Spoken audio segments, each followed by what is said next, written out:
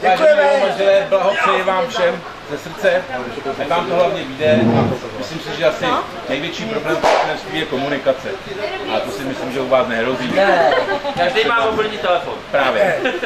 No a tady máte symbol vašeho sňatku, takže je na vás, abyste si ho rozkrájeli. A symbolicky nejdřív každý dá svýmu protějšku jednu růži z vás. Jinak v Americe je takový zvyk, že horejší patro nevěsta sundá a ukládá se do mrazáku. A pokud spolu vydrží rok, tak na první výročí, kdy mají rok svatby, ho vlastně vyndají a sní. A tím pádem vlastně jako se utvrdujou ten vztah.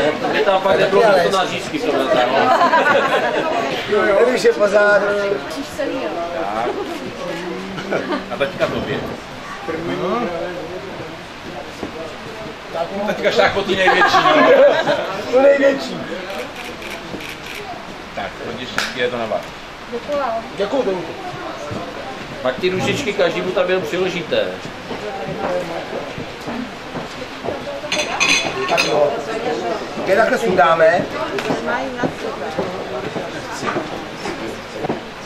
Tak, to je ono. Na spolupráci je to vidět prostě. Tak kdo chce první? Rodiče, rodiče. Rodiče teda. Tady dám. Paní. Děkuju. Mě se musí předcházet.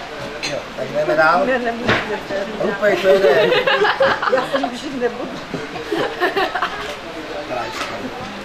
Budou potřebovat hlídat. To ne, mi ne.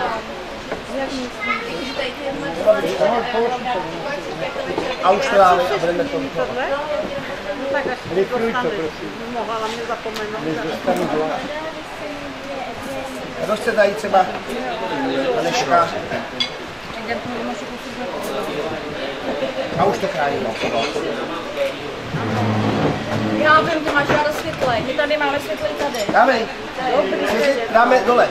A tam se asi nedostanete, ne? Dostaneme. Do se dole, všichni. Že jo, kráje a ty jsi světlej? Tak já. Právě dál. Nedostaneš nakonec. Dejte si taky. Co to bude takhle?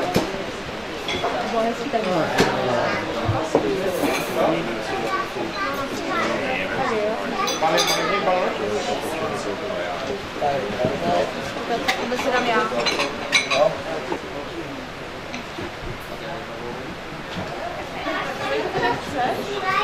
Růžičku dáme?